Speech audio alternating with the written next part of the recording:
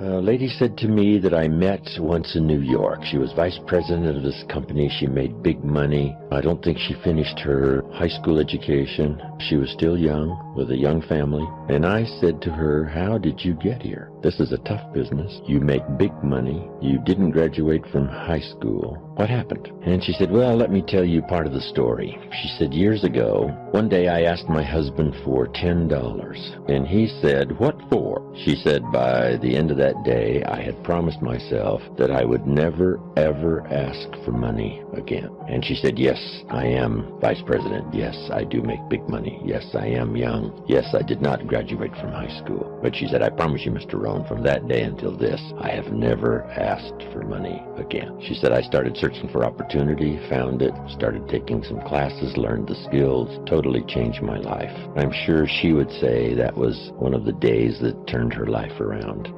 There is a day, seemingly like any other, when everything changes. It's the day when you make the decisions, once and for all, to walk a new road toward the goals that until that fateful day have only been misty dreams. It's the day you say, I've had it with living a life of poor health, an empty bank account, and broken promises, where you're suddenly filled with the resolve to do whatever it takes to finally live the life you have always known you are capable of living. It's the day when you're filled with the awareness that time is precious and that each day that passes by unnoticed is like releasing a helium balloon into the sky. Soon it will be a distant memory, never to be seen again. It's the day you decide to seize those precious moments and make every one of them count. It's the day that turns your life around. You've got to do this. I was going to give a presentation, and this voice inside of me saying, you can't do this. You don't have everything it takes. I shut up. I'm behind on my bills, and you're telling me what I can't do. I have got to do it. You'll get scared sometimes. Your mind will go blank on you. Some people you will allow to unnerve you, and you wonder, what's wrong with me? I'm not crazy. That's why you've got to learn to make a conscious, deliberate, determined effort to stand up inside yourself, working on yourself, watching that inner dialogue. It will determine the quality of your life. I don't believe this. I know this. I've had a challenge of losing weight. I'm walking through the airport, this voice say, why don't you have some M&M peanuts? No! Well, just one. Then after you eat that, you might as well have a Snicker now, you sucker. I mean, it's challenging. My mother fixed the kind of sweet potato pie you can't eat with your shoes on. Have to take your shoes off so you can wiggle your toes. It sticks on my fingers. It says, eat it. One little bite won't hurt. That voice, constantly. Little demons from Colonel Sanders driving my car in there. I had to say, no. No, no, no. I'll diet tomorrow. I saw a skinny man get hit by a truck.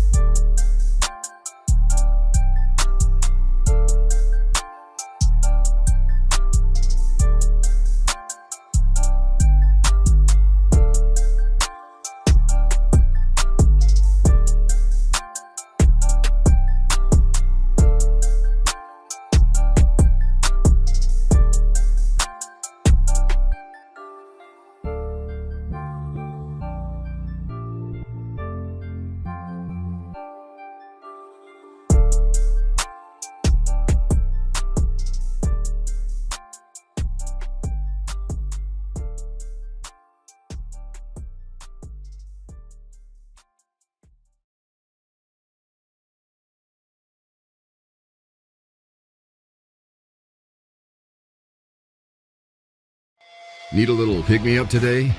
Welcome to the new Fresh Motivation app, where you'll find daily motivation, daily quotes.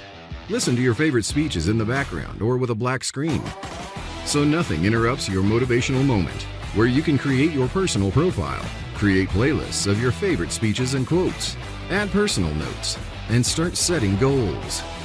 Fresh Motivation, the home of motivation. Get it now for free on Google Play. If you want to do anything worthwhile in life, you've got to be hungry. People getting ready to go to jobs that they don't like, jobs that are making them sick.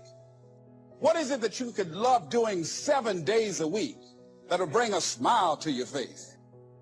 People don't do what they know in life, but what they do is they operate within the context of the vision they have of themselves. Think about something that's important to you, something that gives your life a sense of value. Think about something that you'd like to have, or something you'd like to create for you or your family or for society. I want you to hold this thought in mind. Now, one of the first things I want you to do is don't worry about the inner conversation that you're going to have. Don't worry about how you're going to do it. That's going to come. You're going to develop a plan of action. You will find the way. You'll become the kind of person that can attract the people, the resources, and everything you need in order to make that become reality. But I want you to be mindful of your inner conversation. That inner conversation, ladies and gentlemen, is the reason that most people take their greatness, take their ideas to the graveyard with them. The wealthiest place on the planet is not the gold mines in the various areas of the world or the diamond mines. The wealthiest place on the planet is the graveyard. Because in the graveyard we will find inventions that we never ever were exposed to, ideas, dreams that never became reality, hopes and aspirations that were never acted upon.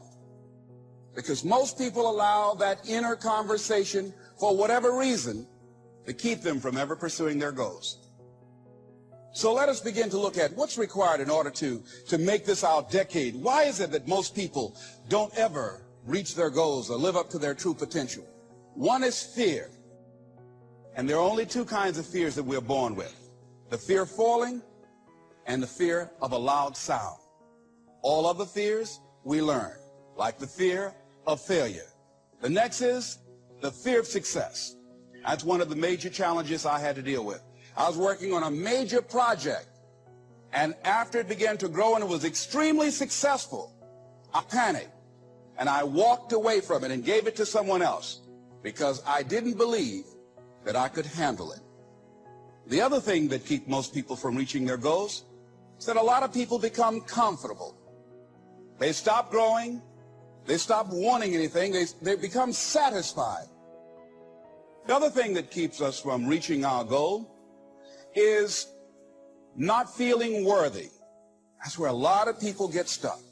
Because see, when you don't feel worthy of your goal, you will begin to unconsciously engage in self-destructive behavior, like procrastinating, constantly putting things off, squandering your time, and that's what life is made of.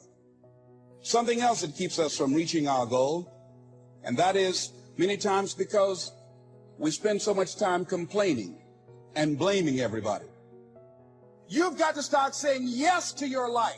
You've got to start saying yes to your dreams, yes to your unfolding future, yes to your potential. The major key to your reaching your dream, your living up to your greatness, your making your contribution is you. They're living out of the past, out of their memory. The attitude is it can't be done because they haven't seen it. They're judging according to appearances. The people that are going to make it in the future, the people that are making it today, let me share something with you. History is being read, but it's also being written by people with imagination. I love everybody, and that's the key. You know what I'm saying? Love is the answer, and I promote love. You ain't gonna get, I don't care. You can piss me off and try to make me mad and try to make me fold. It's not happening. It's not gonna work. Meaning as I'm not gonna say nothing ignorant, nothing. I show love, and that's what it's about. It's about peace, love, unity, and it's just about great energy. You know what I'm saying? Because we have life. one of the things psychologists have done for the last 20 years, especially the social psychologists, is push this idea of self-esteem. You should feel good about yourself. And I think, why would you tell someone 20 that? It's like, you should feel good about who you are. It's like, no, you shouldn't. Why should you feel good about who you are? It's like, you should feel good about who you could be. That's way better, because you got 60 years to turn into who you could wait be. a minute. I'm not saying that people shouldn't have confidence, but like often you take young people, say they're 16 to 22, and they're not really feeling that good about who they are. Right. Because their life is chaotic and in disorder, and they don't know where they're going, and they don't know which way is up. Also, there could be bad parenting, Oh, God, yes. Yeah. bullying. Oh, yes. There could be a lot of abuse going on. And I think Yeah. that's one of the reasons why that resonates with people, this idea of be happy about who you are. Right. Feel good about who you Right, are. but the thing is, it has to be stated with precision. You should treat yourself as if you're valuable, especially in potential. But you should concentrate on who you should become, especially if you're young. And so let's say you're miserable and nihilistic and chaotic and depressed and all of that now, and you have your reasons, terrible parenting, abuse, all of those things. It's like, well, you should feel good about yourself. It's like, no, it's not the right message. Is that it's more like you should understand how much potential there is within you to set that straight. And then you should do everything you can to manifest that in the world, and it will set it straight. And that's better than self-esteem. It's like, you're in a crooked, horrible position. Okay, fine. There's a lot of suffering and pain associated with that. Yeah, you can't just feel good about that because it's not good. But you can do something about it. You can genuinely do something about it. And I think all the evidence suggests that that's the case. Yes. So I'm telling young people, look, no matter how bad your situation is, I'm not going to pretend it's okay. It's not okay. It's tragic, tainted with malevolence. And some people really get hurt by malevolent people, like, terribly hurt. Sometimes they never recover. It's really awful. But there's more to you than you think. And if you stand up and face it with a positive, with a noble vision, with discipline and intent, you can go far farther to overcoming it than you can imagine. And that's the principle upon which you should predicate your behavior. And I think that one of the things that's really nice about being a clinical psychologist is that this isn't just guesswork. Like, one of the things, we know two things in clinical psychology. One is truthful conversations redeem people. Because if you come to a clinical psychologist whose worth is salt, you have a truthful conversation.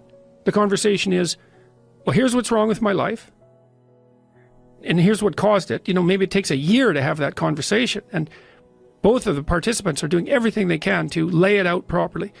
Here's how it might be fixed. Here's what a beneficial future might look like. And so it's a completely honest conversation if it's working well. And all that's happening in the conversation is that the two people involved are trying to make things better. That's the goal. Let's see if we can have a conversation that will make things better. Okay, so we know that works. It does make things better. And then another thing we know is that, well, let's say there's a bunch of things that you're afraid of that are in your way. So you have some vision about who you want to be. Maybe you have to, you want to be successful in your career, so you have to learn to talk in front of a group. It's like, okay, well, you're afraid of that. It's like, no wonder you don't want to be humiliated. So, okay, so what do we do about that? Well, maybe we first get you to speak in front of one person, and then 3 people, for 5 minutes, and then for 10 minutes. Like, graduated exposure to what you're afraid of. Voluntary graduated exposure to what you're afraid of is curative. Hi, welcome back to Mind Control, where we inspire and motivate you. Hope you enjoy the video. People haven't plotted and schemed for 50 years saying if I could just get to Poland, everything would be okay. No! The boat people are not desperately trying to get to Vietnam. No. They're not squeezing through the fence to try to get into Mexico. No. Neil Diamond says, looks like everybody's heading for. They're all coming to America. Why? Everybody wants to come here by every means possible to get here. Why? Because America's easy. So if you go home with anything, go home with that. Mr. Rohn reminded us that America's easy. He got rich by the time he was 31. America's easy. Bangladesh is hard. Just take that home. Here's the average yearly income in Bangladesh, $120. That would be hard. Tell me hard versus easy. So America's easy. Cambodia would be hard. The Khmer Rouge killed 2 million Cambodians to make communism work. That's hard. America is easy. India would be hard. They got their challenges these days. Tough. America's easy. China would be really hard. Underline really and make a study. It's hard.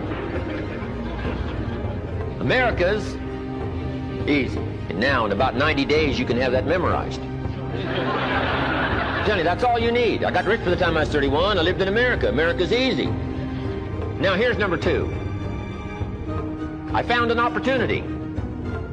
That's all you got to do in America, search for an opportunity. Take the first one, right? Try it. If that isn't it, it leads to another. One door closes, another door opens. This is what's exciting about America. It's full of opportunity. A chance to try, and then what? Try again, and then what? Try again. Never run out of opportunity to try. See if you can't better your life and your health and your future and your bank account and your income. Make your fortune here. I lived in America, number 1. Found an opportunity, number 3. Number 2, here's number 3. I found a teacher.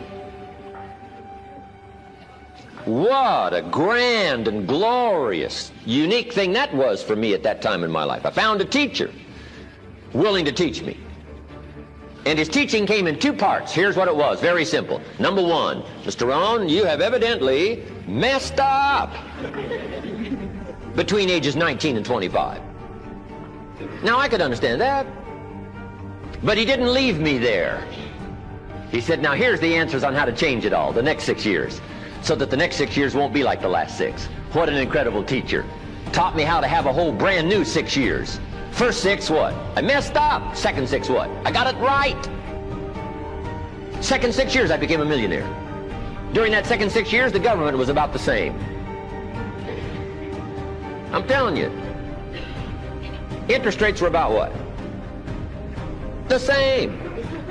The pay scale was about what?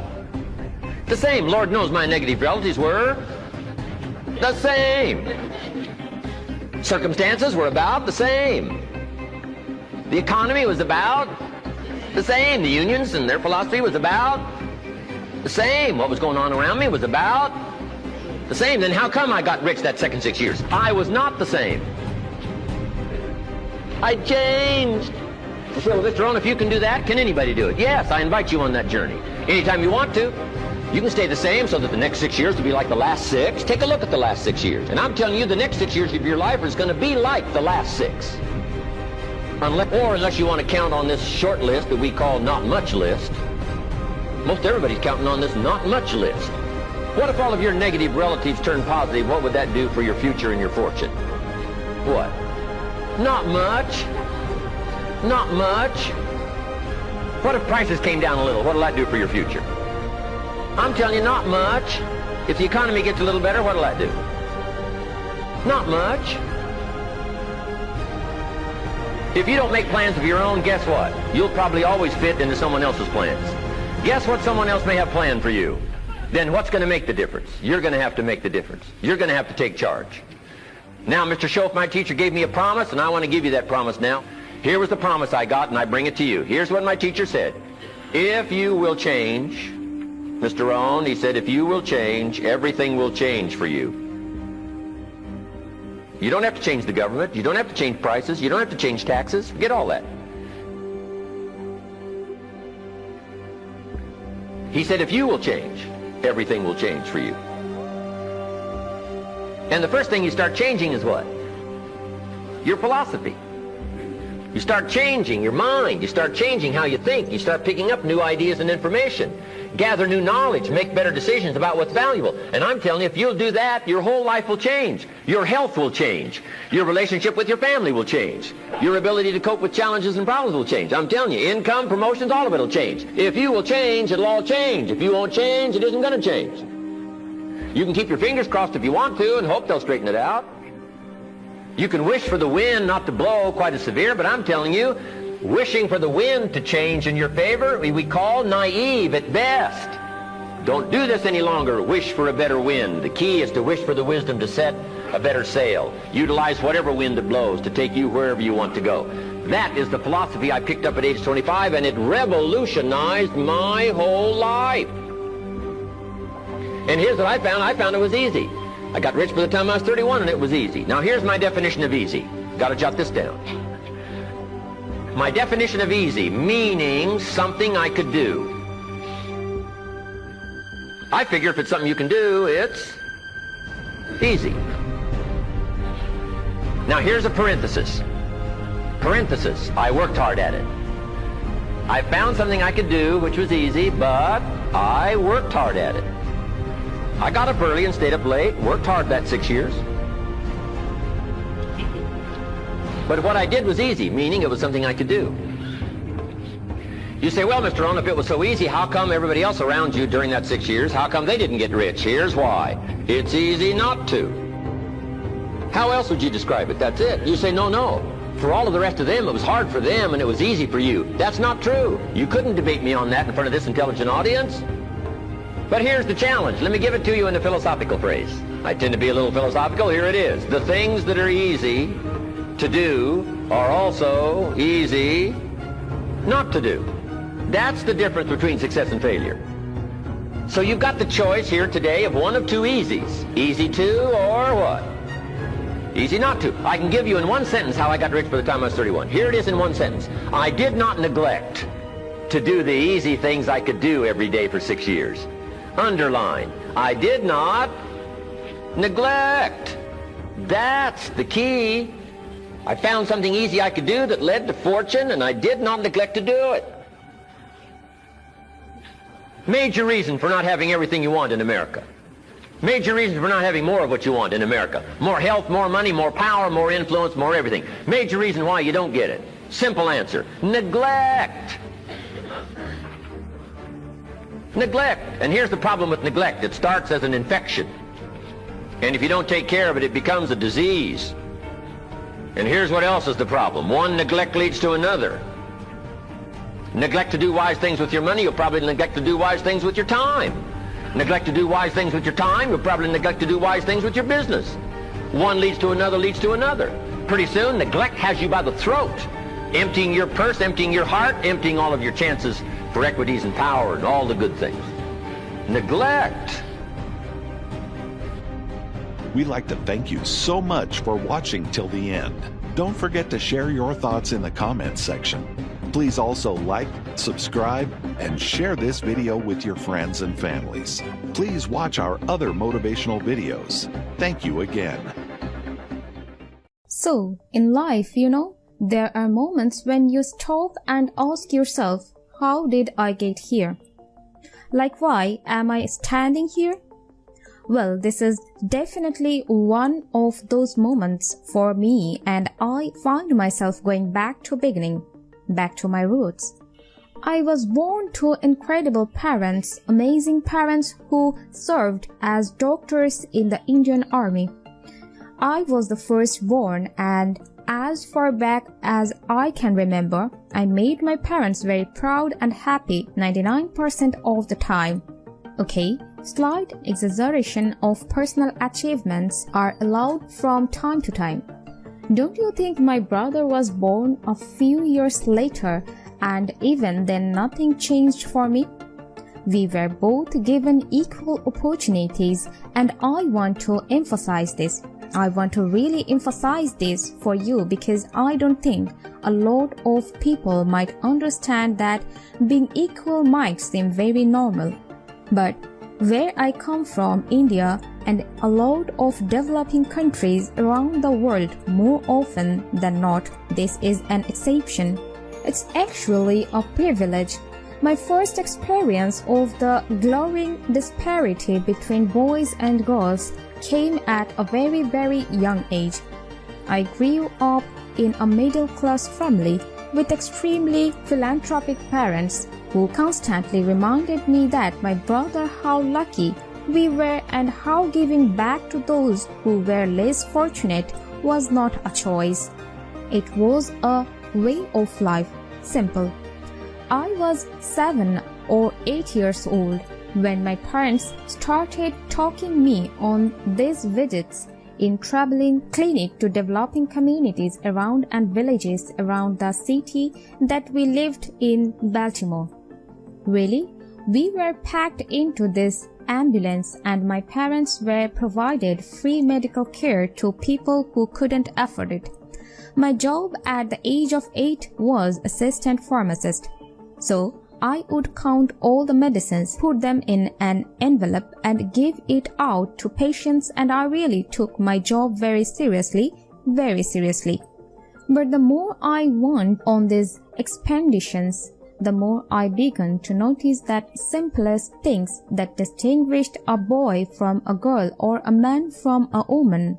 For example, girls were pulled out of school when they hit puberty because they were considered ready for marriage and babies. That's 12 and 13 while boys still enjoyed their childhood. Our basic human rights such as health care were denied just because they were women. Let's call this whole experience trigger number 1 for me. Last forward a few years and many triggers in between. Like a producer-director, for example, early on in my career, I must have been about 18 or 19 telling me that if I didn't agree to the ridiculous term or painfully low salary in his movie, that he would just replace me because girls are replaceable in the entertainment business. But I think what really moved the needle for me and ultimately led me to create the Foundation for Health and Education around the same time, partner with UNICEF, was an encounter with my housekeeper's daughter about 12 years ago. I came home from set early one day and she was sitting in my library reading a book, and she must have been 8 or 9 years old, and I knew she loved reading. So I asked her, I was like, it's weekday. Why aren't you in school? And she said, oh, I don't go to school anymore. So I went and asked her mother, and I said, why isn't she in school? And her mom said that her family couldn't afford to send her and her brothers to school, so they chose the boys. The reason she would eventually get married and it would be a waste of money. I was completely blown and it shook me to my core.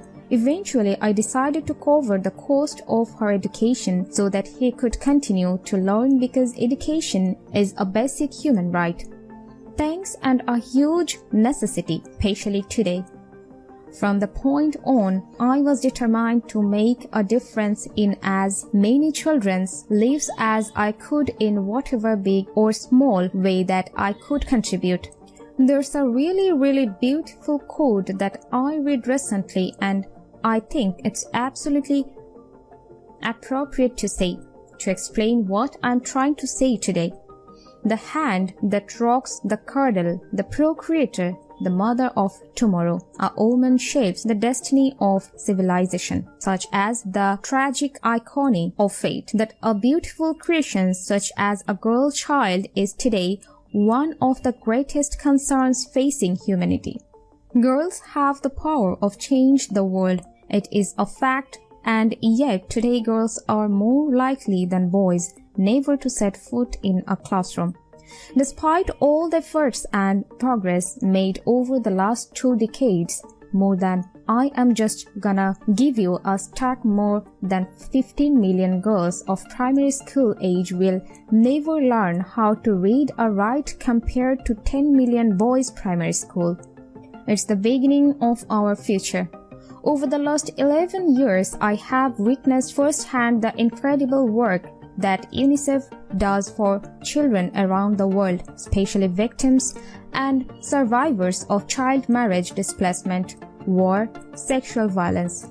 But there is still so much work to do, and for me that is the fuel to my fire.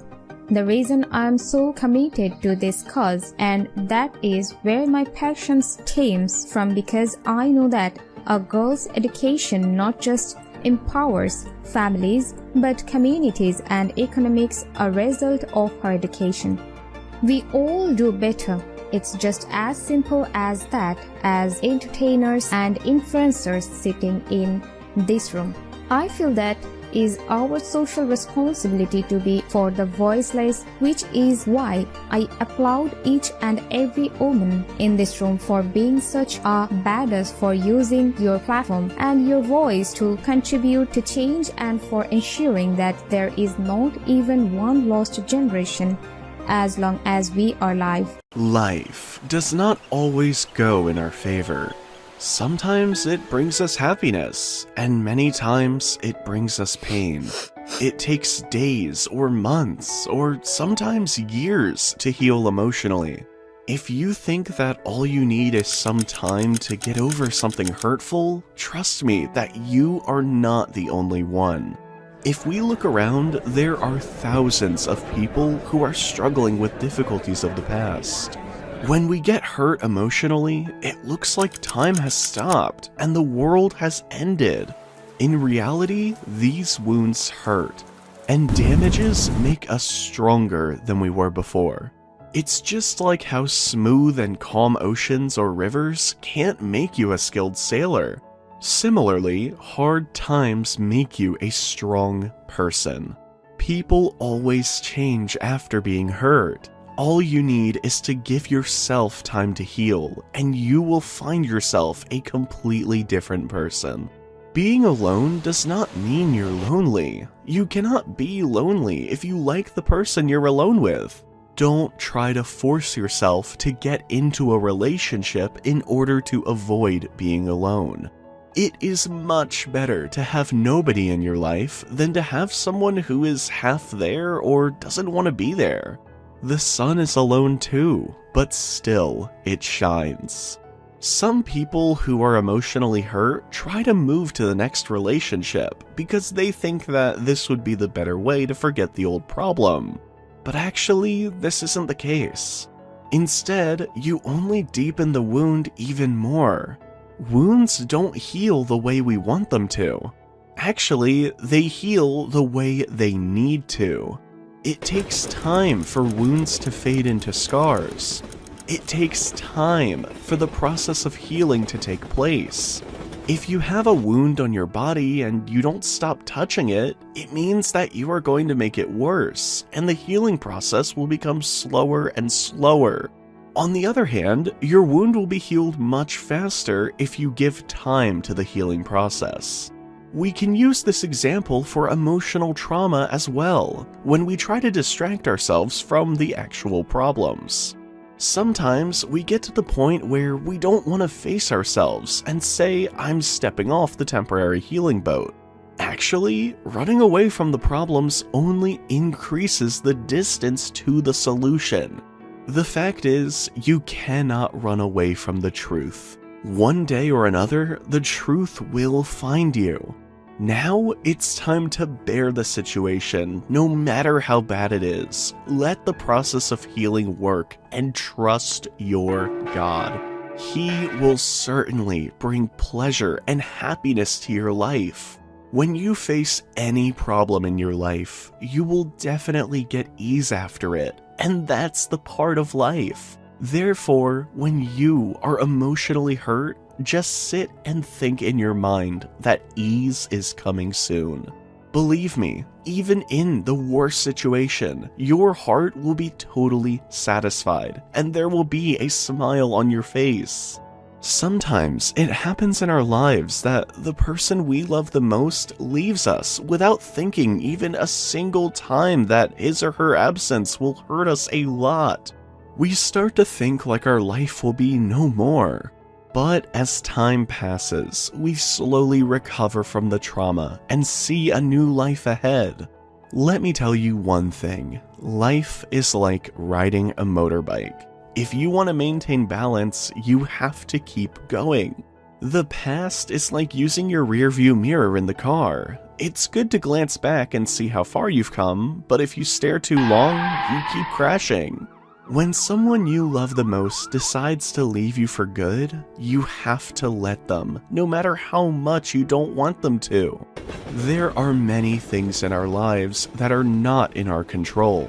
Even if we have the strength to fight for them, we have to accept the cold, harsh truth that the person you can't live without actually can live without you. So instead of crying and being deeply saddened, think that it might be a chance for you to find someone that really appreciates your present. One thing we all have experienced in life is that whenever we get hurt, we try to put alcohol or a bandage on it. At first, it burns a little bit, but after some time, you feel that your wound is healing. So, we have to understand the fact that God has made a cycle for everything. At the end, stop wasting time thinking all night about the things you could have done better. You have done nothing wrong. Sometimes people change without a reason. Remember, there are billions of people in the world, and the person who is left was not the last person ever. You will find someone better, so cheer up. Feel happy about yourself. God is with us, so don't worry and have patience.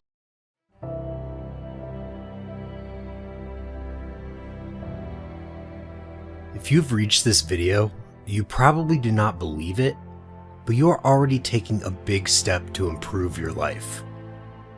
The fact of wanting to improve and progress while wanting to leave the past behind, and above all, knowing how to do it, is already a great change that you are producing from here to the future. It is so important to leave behind the things that do not serve us in our lives, in order to obtain what will do us good from now on. You don't drown by falling into the sea, but by not getting out of it. Perhaps is one of the most important lessons of recent times, for the reason that bad things happen to everyone. It would be a great luck if we all always have the same constant mental well-being, and that bad things did not happen to us. But the reality is quite the opposite. In this life, which is long, we will have good and bad times. So don't feel bad about yourself, because feeling bad shows humanity, and it also shows maturity to overcome those bad experiences and move on. Time is a great cure for all the bad ones, and you will know it well, because you will remember at this moment situations that you have experienced in your life, and that, although it is unbearable, sooner or later you have forgotten it, or the pain is diminished to the point where you can use the memory to reflect. A death, breakup, that person you loved so much has left you for no reason.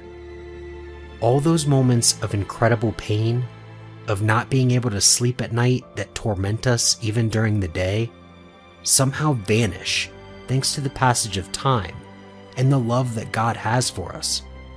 Because thanks to Him, it is that our sorrows become more bearable, because no one knows more than He how much we are suffering and how we struggle along the way. He wants the opposite. He wants us to always be happy, and that's why He works in our favor. But not only time works to overcome moments of pain. Also, the changes you make in your life drastically change the difference for the better. If you do what you have always done, you will get what you have always got.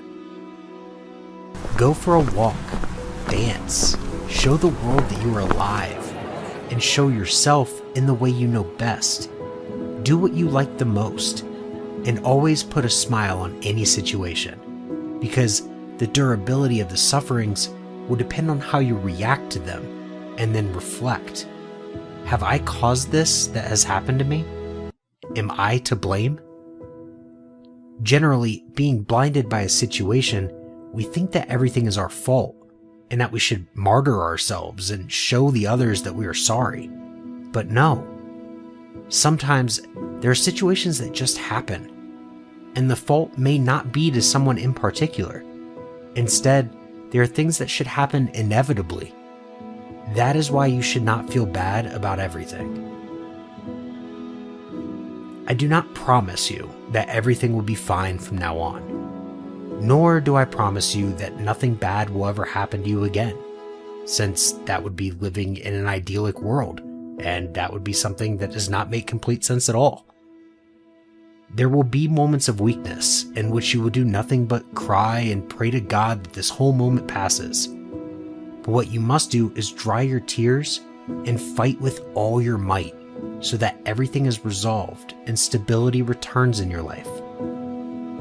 From now on, we have to be clearer that I must do this, that I would like to do this. Believe it or not, even if you feel incapable, we can all be responsible for a great change. We have to be the engine to create new directions and new experiences. Do you feel empty? Do you feel that all your days are the same endless routine? Take control of your life and be the first to generate that great change that you need so much, because no one will do it for you. So use that fact and create the life you want for yourself. You know well that you have the intelligence, the strength, and the capacity to live better and be happier. Allow it for yourself. This life is beautiful, and it's no use just concentrating on negative things, because in addition to being beautiful, our life is short. That's why we shouldn't waste a second and go out to fight for our dreams. Do not give up.